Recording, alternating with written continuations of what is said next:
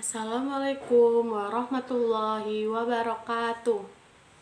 Baiklah anak-anak, selamat pagi semuanya. Nah, sebelum kita mengawali pembelajaran kita pada pagi hari ini, lebih baik kita berdoa terlebih dahulu supaya apa yang akan kita pelajari dipermudah oleh Allah, supaya apa yang kita pelajari dapat kita terapkan dalam kehidupan sehari-hari. Siap? Iya, marilah kita berdoa terlebih dahulu. Ibu akan memimpin doanya. Siap? Angkat tangan kananmu, angkat tangan kirimu, gabung jadi satu, marilah berdoa. Berdoa dimulai. Bismillahirrahmanirrahim. Rabbi zidni ilma warzuqni fahma. Berdoa Amin. selesai. Nah, anak-anak, kita sudah berdoa. Sekarang ibu akan mengabsen. Siapa yang tidak masuk pada pembelajaran kali ini? Siapa?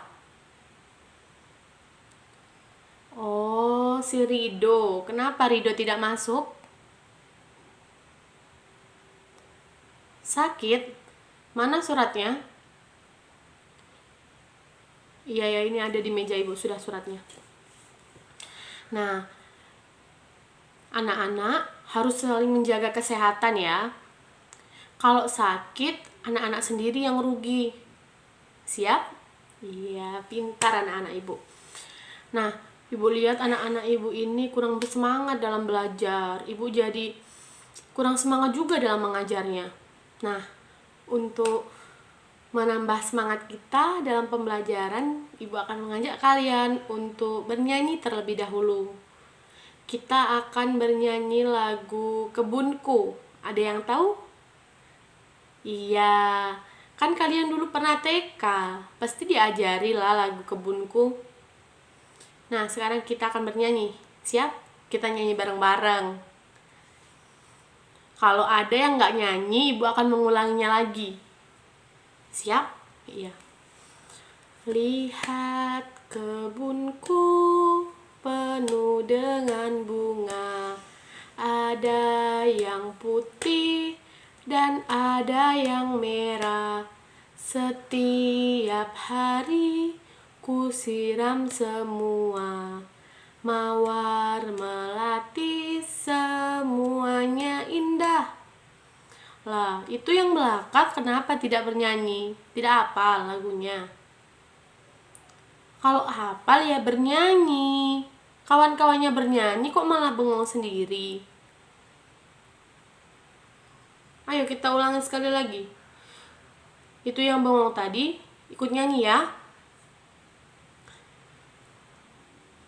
Lihat kebunku penuh dengan bunga, ada yang putih dan ada yang merah. Setiap hari ku siram semua, mawar melati semuanya indah. Nah, gitu dong, semangat. Harus nyanyi semuanya, oke? Apakah kalian sudah siap untuk belajar sekarang? Kalau ibu bertanya apakah kalian sudah siap, kalian harus menjawab siap, siap, siap belajar, oke? Apakah kalian sudah siap belajar? Siap, siap, siap belajar. Nah, gitu, semangat semuanya. Sekarang ibu akan bertanya, apakah kalian sudah mempelajari apa yang akan kita pelajari hari ini? Iya, emang kita belum mempelajari di sekolah, tapi kan di rumah kemarin ibu suruh membaca. Apa yang akan kita pelajari pada hari ini? Apakah ada yang tahu? Iya, itu yang belakang, siapa namanya? Iya, Nanda, kita mempelajari tentang apa hari ini? Iya, benar, kita akan mempelajari tentang ekosistem. Terus itu yang depan? Iya, Nadia. Benar, kita akan mempelajari tentang ide pokok. Ada lagi? Nah, baiklah, ada yang tahu lagi kita akan mempelajari tentang apa? Iya, benar sekali. Kita akan mempelajari tentang cerita non-fiksi. Nah, jadi kesimpulannya kita hari ini akan mempelajari tentang ekosistem dan ide pokok dalam cerita non-fiksi. Nah, yang pertama akan kita bahas yaitu tentang ekosistem. Apakah kalian tahu apa itu ekosistem, anak-anak? Nah, apabila kalian tidak tahu, Ibu harap kalian mencatat. Nanti akan Ibu kasih tugas, kalau kalian tidak bisa mengerjakan, Ibu akan kasih hukuman. Oke? Nah, ekosistem merupakan sebuah sistem ekologi yang terbentuk dari hubungan timbal balik antara makhluk hidup dengan lingkungan sekitarnya. Ekosistem juga sering disebut sebagai kesatuan utuh dan menyeluruh yang terjadi antara unsur lingkungan hidup yang saling mempengaruhi. Apakah bisa diulangi, Reza? Apa yang dimaksud dengan ekosistem tadi? Iya, benar sekali. Ekosistem merupakan tatanan kesatuan utuh dan menyeluruh yang terjadi antara unsur lingkungan hidup yang saling mempengaruhi. Nah, yang selanjutnya kita akan mempelajari tentang komponen ekosistem. Komponen ekosistem dibagi menjadi dua. Yang pertama yaitu komponen biotik atau komponen hidup. Komponen ini terdiri dari makhluk hidup yang hidup di dalamnya. Yang kedua, yaitu komponen abiotik. Komponen ekosistem yang terdiri atas benda mati. Meskipun demikian, komponen ini juga sangat diperlukan untuk menjaga keseimbangan ekosistem atau sistem ekologi. Nah, selanjutnya kita akan membahas tentang fungsi. Fungsi dari ekosistem. Nah, apa sih fungsi dari ekosistem? Ada yang tahu nggak? Nah, yang akan kita bahas di sini yaitu fungsi ekosistem. Fungsi ekosistem itu ada 4. Yang pertama, proses yang dilakukan makhluk hidup terjadi akibat dari pengaruh lingkungan abiotik. Yang kedua, ekosistem memberi gambaran ekologi kehidupan yang berbentuk piramida rantai makanan. Yang ketiga, mengetahui proses yang dialami komponen abiotik akibat dari pengaruh komponen biotik atau makhluk hidup. Yang keempat, menjaga keseimbangan alam dan lingkungan di sekitarnya. Nah, apakah anak-anak tahu apa itu ide pokok? Iya, benar sekali. Ide pokok merupakan gagasan. Ada yang lain? Iya, benar juga. Ide pokok merupakan ide utama.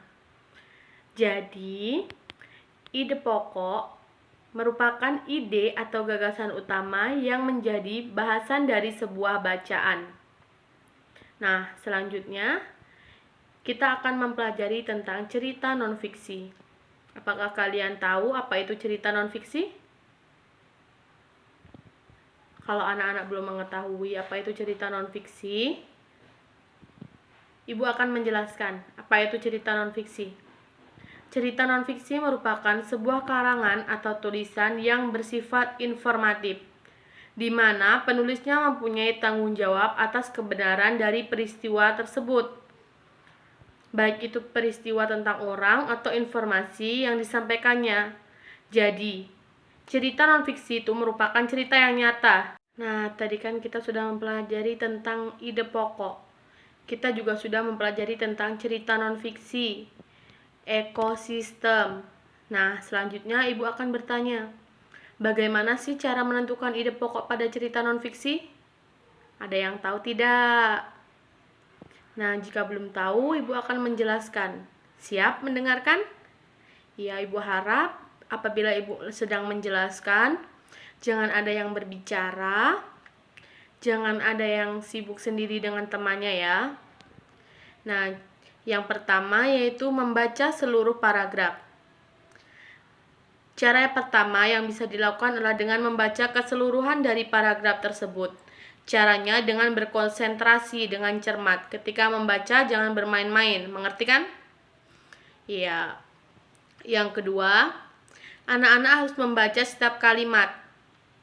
Nah, cara ini dilakukan untuk menentukan ide pokok dengan cara membaca serta memahami kalimat setiap kalimat yang ada di dalam suatu tulisan atau bacaan.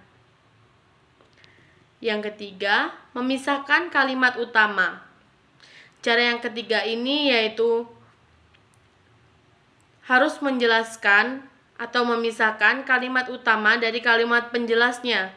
Jadi anak-anak di sini harus membedakan ya antara kalimat utama dan kalimat penjelas yang ada dalam sebuah paragraf tersebut. Nah, yang keempat, anak-anak harus menandai informasi-informasi yang penting. Informasi penting tersebut terdapat di setiap kalimat atau dalam setiap paragraf ya. Jadi anak-anak harus memperhatikan, tidak boleh bermain-main. Nah, yang kelima yaitu kalimat penjelas adalah pendukung. Nah, cara ini dilakukan dengan cara mengenali kalimat penjelas dalam sebuah paragraf yang bersifat sebagai pendukung. Dalam tahap ini, ketika kamu masih mengalami kesulitan, kamu bisa memperhatikan penggunaan dari kata-kata yang berulang. Yang keenam yaitu menyimpulkan isi paragraf.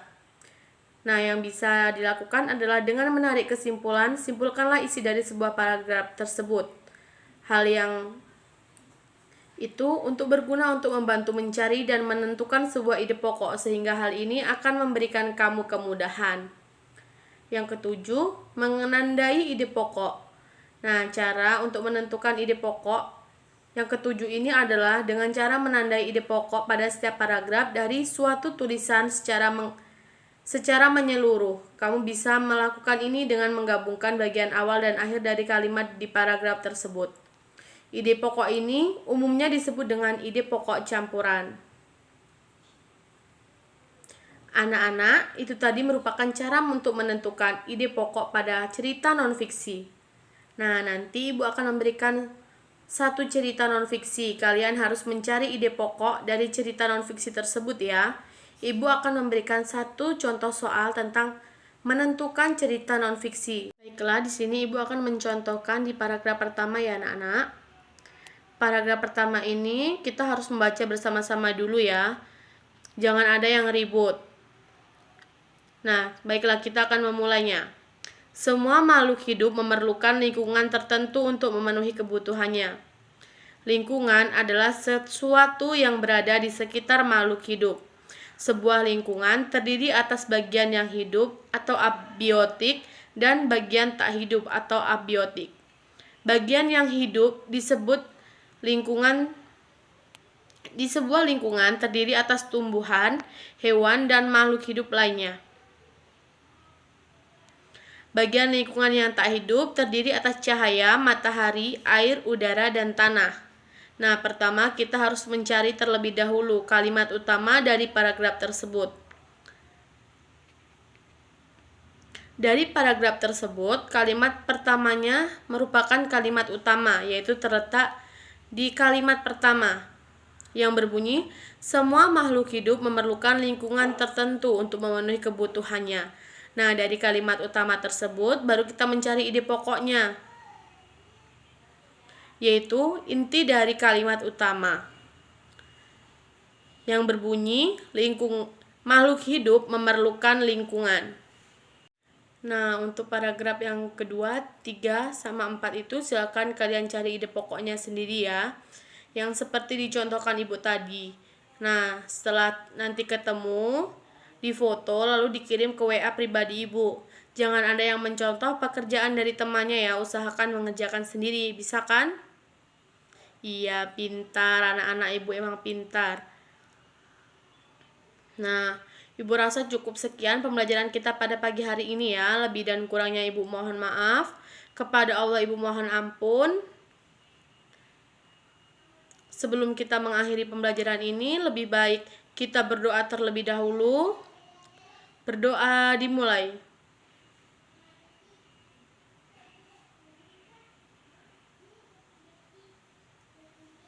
Berdoa selesai. Marilah kita akhiri pembelajaran kita hari ini dengan melafazkan lafaz hamdalah bersama-sama. Alhamdulillahirabbil alamin. Ibu akhiri, wassalamualaikum warahmatullahi wabarakatuh. Selamat siang anak-anak.